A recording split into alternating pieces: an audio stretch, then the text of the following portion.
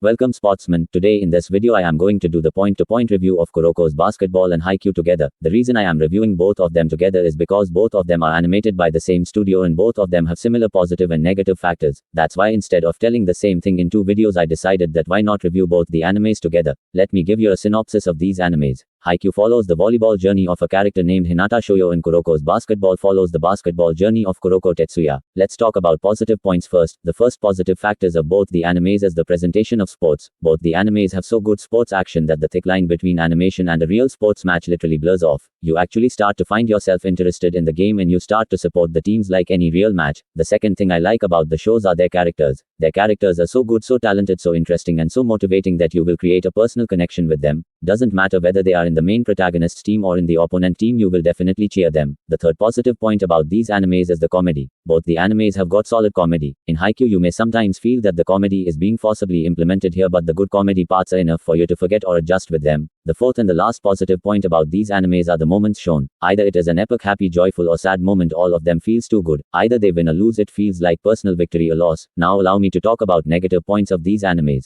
The first problem with these animes is that sometimes these animes lose their unpredictability. There will be matches where you will easily predict who is going to win. In Haikyuu this is tolerable to some extent because they are always covered up by the other great matches, but in Kuroko's basketball this just gets worse and worse and worse and worse after every episode. The matches literally lose their unpredictability to an extent where you are no more watching matches to enjoy but only to see what will happen after matches. They keep showing same thing again and again and again and again. It starts to get so much cliche that you don't feel like watching the show anymore because you already know that no matter how difficult the match gets they will again somehow make an unthinkable comeback. For Haikyuu I will deduct only half marks and for Kuroko's basketball I will deduct one complete mark because their unpredictability is more extreme. The last negative point for Haikyuu is defying physics scenes. There are lots of moments in Haikyuu where the players defied physics, but just like before the memorable scenes cover up for it, but in the end a physics defying is a physics defying scene. Talking about Kuroko's basketball, this anime does not defies physics. It goes one step ahead of Haikyuu and defies logic itself. In the start of the show there are minor physics defying scenes, but till the end of second half of the second season it feels like the authors completely forgot that something like logic exists. The show doesn't remain a sports anime and becomes a superhero anime. All the characters here no more play like humans.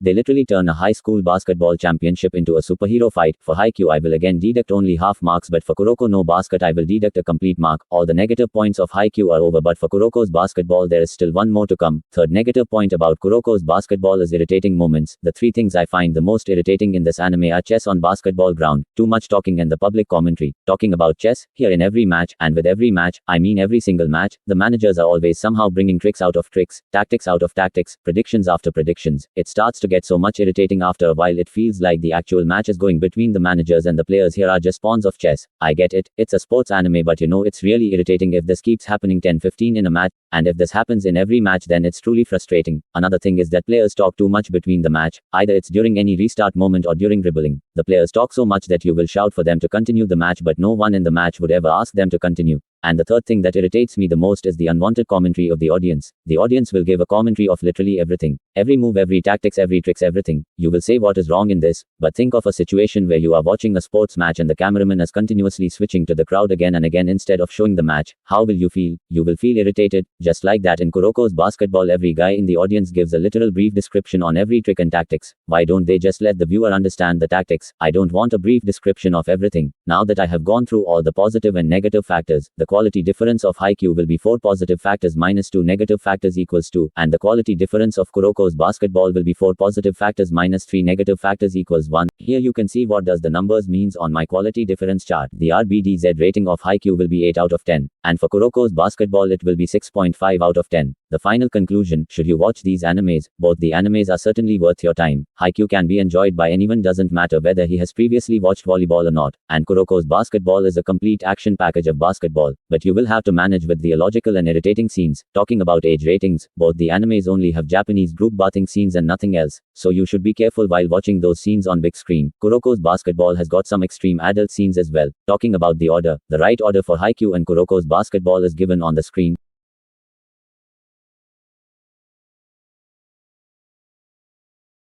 So this was my point-to-point review of Kuroko's basketball and Haikyuu. Hope it helped you to decide whether you should watch it or not.